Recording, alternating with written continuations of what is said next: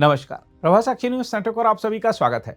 बांग्लादेश में हिंदुओं के साथ हो रही लगातार प्रताड़ना के खिलाफ विश्व हिंदू परिषद ने आज बांग्लादेशी उच्चायोग के पास जोरदार प्रदर्शन कर अपना प्रचंड विरोध दर्ज कराया। हालांकि केंद्र सरकार ने स्थिति की गंभीरता को देखते हुए बांग्लादेश उच्चायोग के बाहर पहले ही सुरक्षा कड़ी कर दी थी। भारी पुलिस बल की तैनाती के कारण प्रदर्शनकारियों को उच्चायोग से काफी पहले ही रोक दिया गया और किसी भी तरह की अव्यवस्था को सख्ती से नियंत्रित किया गया। बताया जा रहा है कि ढाका में भारतीय हाई कमीशन के अधिकारी को वहां की अंतरिम सरकार ने तलब भी किया और इस प्रदर्शन को लेकर अपना विरोध दर्ज कराया। जहां तक प्रदर्शनकारियों की बात है तो आपको बता दें कि उन्होंने कहा है कि हम बांग्लादेशी हिंदुओं के साथ हैं। बांग्लादेश नहीं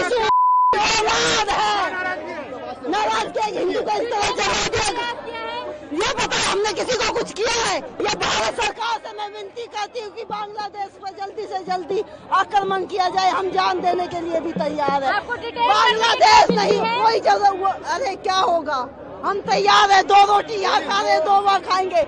वहाँ भी इंसान जाते हैं, जानवर नहीं। देखिए, बांग्लादेश 1971 में हमारे कारण अस्तित्व में आया। हमारे करीब 5000 सैनिकों ने शहीद हुए और पाकिस्तान से लड़कर के बांग्लादेश की स्थापना की। आज वही बांग्लादेश पाकिस्तान की भाषा बोल रहा है। आज वही बांग्लादेश पाकिस्तान के पदचिन्हों पे चल रहा है। आज वही बांग्लादेश शरीयत लाना चाहता है। आज वही बांग्लादेश हिंदुओं की हत्या करा रहा है। दीपू चंद्र दास का एक ही अपराध था, को हिंदू था। हिंदू ना अपराध जैसा हो गया है। वहाँ इस्लामिक कट्टरवाद इतना हावी हो गया है। वहाँ का मरने वाला मुसलमान, मारने वाला मुसलमान, तो हिंदुओं का क्या लेना देना। जिस प्रकार से हिंदुओं के साथ वहाँ अनाचार, पापाचार, अत्याचार हो रहा है, चिंताजनक है। भारत सरकार को थोड़ा कड़ा संदेश देना होगा। हिंदू बचाओ, देश बचाओ, सनातन बचाओ। बांग्लादेश में मारा जा रहा है हिंदुओं को, कपड़े उतार के उनकी पहचान करी जा रही है। हिंदू बचाओ, देश बचाओ। मोदी जी, हमारी बहन बेटियों को नंगन करके उनका चीर हरण किया जा रहा है। मोदी जी सनातनी हैं, वो हर देश का, हर पूरी दुनिया में सनातन का नेतृत्व कर रहे हैं। पर यहाँ पे जो बांग्लादेश में हिंदुओं को पहचान करके कपड़े उतार के उनको मारा जा रहा है, हम उसका विरोध करते हैं। मोदी जी से प्रार्थना करते हैं, मोदी जी, देश आगे बढ़ रहा है। हिंदू दिल्ली के सभी संत और समस्त हिंदू समाज यहाँ आज उपस्थित हुआ है। बौद्ध संत भी आए हैं, जैन साध्वियां, जैन साधु आए हैं, वाल्मीकि समाज के संत आए हैं, रामदास समाज के संत आए हैं और समस्त समाज यहाँ उपस्थित है। संदेश एक ही है कि बांग्लादेश की आज की स्थिति को हम स्वीकार नहीं करेंगे। बांग्लादेश में जिस तरह से हिंदुओं के ऊपर निरंतर अत्याचार हो रहा है, लूटपाट हो रही है, बहन बेटियों के साथ बलात्कार हो रहा है, हत्याएं हो रही हैं, इसको हम स्वीकार करने को तैयार नहीं हैं। विश्व चुप क्यों बैठा है, इसके लिए हम पूरे विश्व को भी संदेश दे रहे हैं। आप ऑल आइज ऑन गाजा तो करते हैं उन आतंकवादियों के लिए जो कि एक आतंकवादी घटना के बाद में जिन पर कार्य हो रहा था, पर हमारे हिंदुओं की चिंता किसी को नहीं है। ये वही हिंदू हैं जिन्होंने इस देश को बनाया।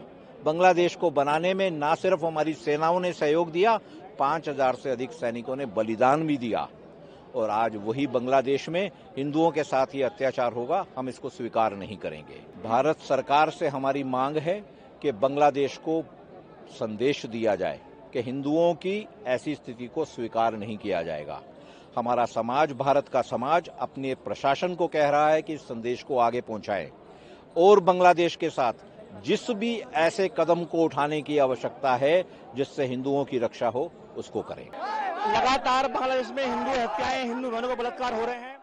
हमारी भारत की सरकार से ये मांग है कि वहाँ की तत्कालीन सरकार जो कट्टरपंथियों के हाथ में खेल रही है, वहाँ की सरकार पे डिप्लोमेटिक दबाव बनाया जाए ताकि वह हिंदू हत्याएं बंद हो। दूसरी हमारी मांग ये है कि भारत के अंदर अवैध प्रकार से जो घुसपैठिए रह रहे हैं बांग्लादेशी, उनको बाहर निकालने की प्रक्रिया जल्द से तेज होनी चाहिए ताकि सभी को बाहर निकालें। बजरंग दल सरकार का पूरा सहयोग करेगा। जहां जहां घुसपैठी हैं उनको चिन्हित करेंगे और सरकार के हवाले, पुलिस के हवाले करेंगे। पुलिस प्रशासन के लोग हमारे लोग हैं, ये वर्दी में हमारे लोग हैं। हम सेना का सम्मान करते हैं। ये शासन प्रशासन हमारा है, कोई बाहर का नहीं है, ठीक है ना। तो जहां तक प्रशासन हमें जाने देगा वहां तक जाएंगे और हमारा शांतिपूर्ण प्रदर्शन है हमारा ये। आगे पुतला दहन होगा, संतों का मार्गदर्शन होगा और हम ज्ञापन सौंपेंगे एम्बेसी के अंदर। आज जिस तरीके से बांग्लादेश में लगातार हिंदुओं को टारगेट किया जा रहा है, बहुत हुआ। आज जिस तरीके से बांग्लादेश खत्म हो चुका है ना, वैसे बांग्लादेश को भी खत्म कर देंगे। पाकिस्तान में घुसकर हमारी भारतीय सेना ने एयरबेस को उड़ा दिया था।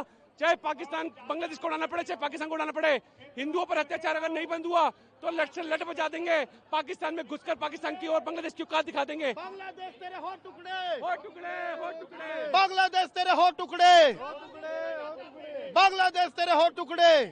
हम मैसेज देना चाहते हैं, दीपू दास के हत्यारे बख्शे नहीं जाएंगे।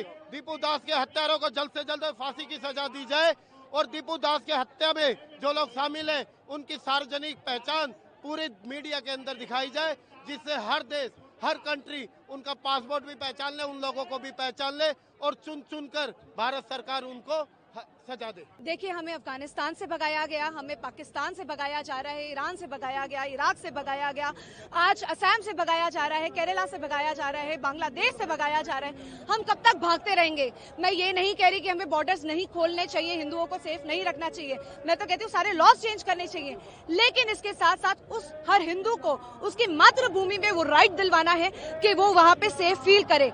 जब शेख हसीना जी ने हमारे माइनॉरिटीज और हमारे इंडिजिनस राइट के लिए आवाज उठाई थी तो उनको वहां से सत्ता से हटा दिया गया था।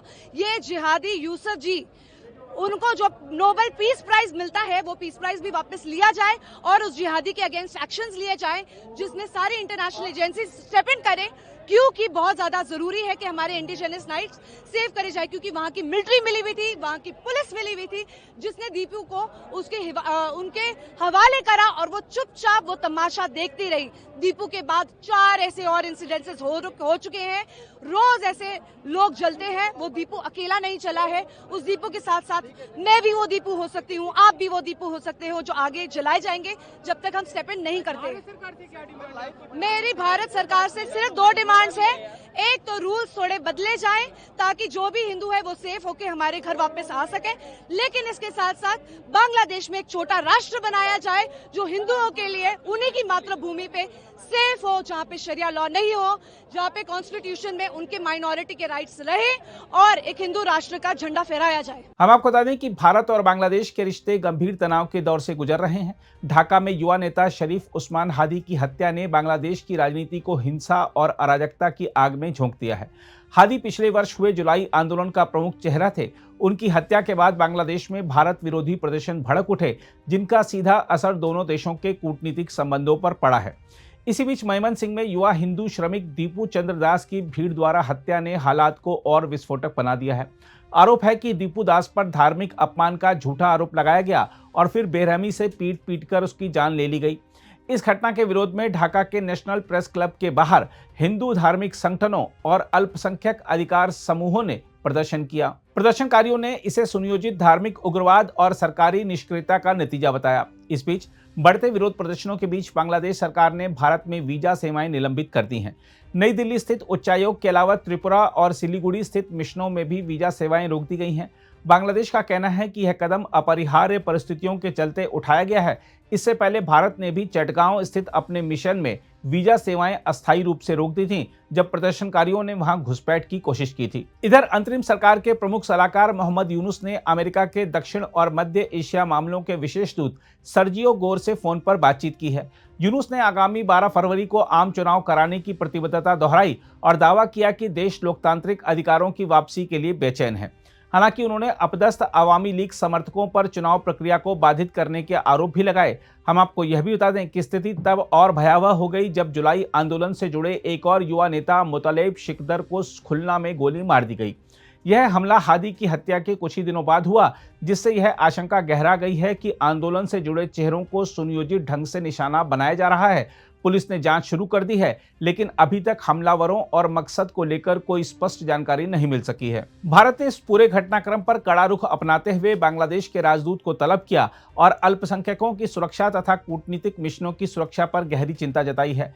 विदेश मंत्रालय ने उन खबरों को भी खारिज किया जिनमें दिल्ली स्थित बांग्लादेश उच्चायोग की सुरक्षा में सेंध का दावा किया गया था। इस बीच निर्वासन में रह रही शेख हसीना ने भी यूनुस पर तीखा हमला बोला है। उन्होंने अंतरिम सरकार पर उग्रवादी ताकतों को संरक्षण देने, हिंदू अल्पसंख्यकों की रक्षा में विफल रहने और भारत के साथ रिश्तों को नुकसान पहुंचाने का आरोप लगाया है।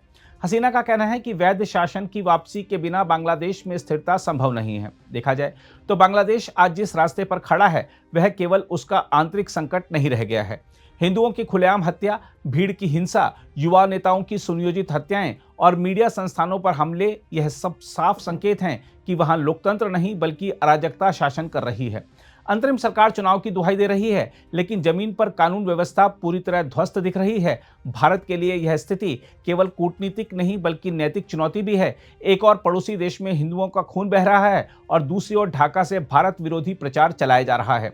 अगर बांग्लादेश की सत्ता सचमुच लोकतंत्र और शांति चाहती है तो उसे सबसे पहले अल्पसंख्यकों की सुरक्षा सुनिश्चित करनी होगी और हिंसा फैलाने वालों पर बिना भेदभाव के कार्रवाई करनी होगी।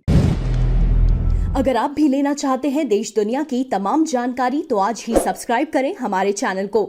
साथ ही नीचे दिए बेल आइकन को जरूर दबाएं ताकि हर अपडेट आप तक पहुंच सके।